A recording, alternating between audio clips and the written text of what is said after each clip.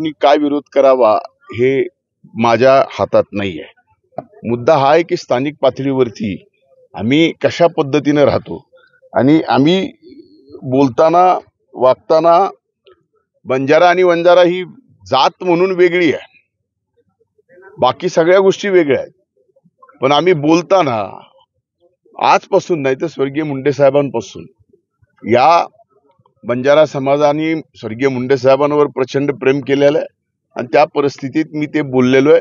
त्या बोलण्याचा कुणी काय अर्थ घ्यावा आणि अर्थ घेणारे आणि घोषणा देणारे सुद्धा कोण होते हे सुद्धा आता सोशल मीडियावरती बऱ्यापैकी बाहेर आलेलं आहे।